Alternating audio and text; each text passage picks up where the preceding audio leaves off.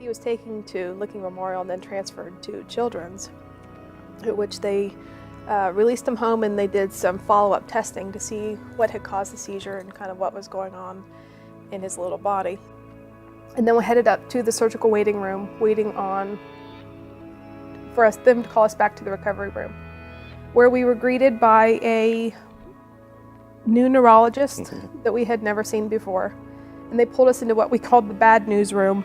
They walked us to the back, and it was from that walk I knew something was going on.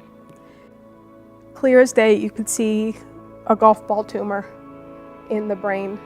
They explained in the procedure to expect at least to be in the hospital for at least a week. I cried out to God. It was just, please protect my son. And just so clear, God said, I didn't give you that. I didn't give you the spirit of fear. I gave you that of hope and of courage and of faith. And it was, again, this piece of just, you're right. And I mean, Harrison had an immense amount of peace through it all. I mean, you couldn't rock the kid. Hey, except when they wanted to cut his hair. Yeah. You're going to have you got a brain tumor. Okay. We'll take it out. Okay. You know, no big deal. And he told us multiple times. He's like, I talked to God.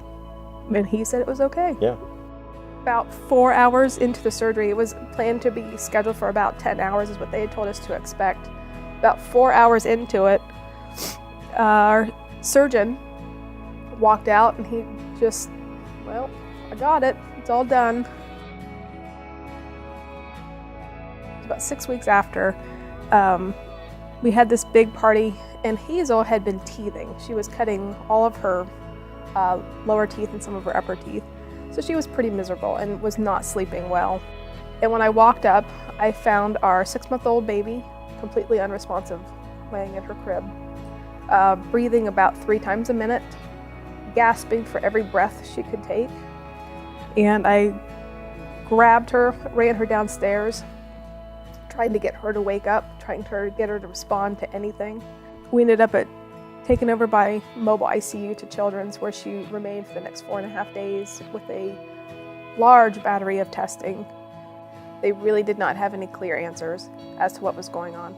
We followed up again with our pediatrician the next day, and he said, which was the scariest thing to hear, he said, I don't know if you had seconds or minutes, but if you had walked in any later, you would not be here in my office today. You would probably be at a funeral home. And it was in those moments of just utter devastation of, we could have lost her. We were so close to losing her. I mean, it's a worst nightmare. It's the worst fear of, we almost lost one, and now we've almost lost another just within 6 weeks of each other.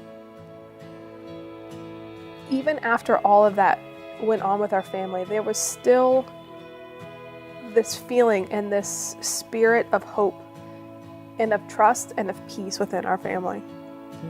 I mean, nothing was shaken. I mean, it was crap for a few months. It was horrible, but yeah, I mean, nothing shook our faith in God. I mean,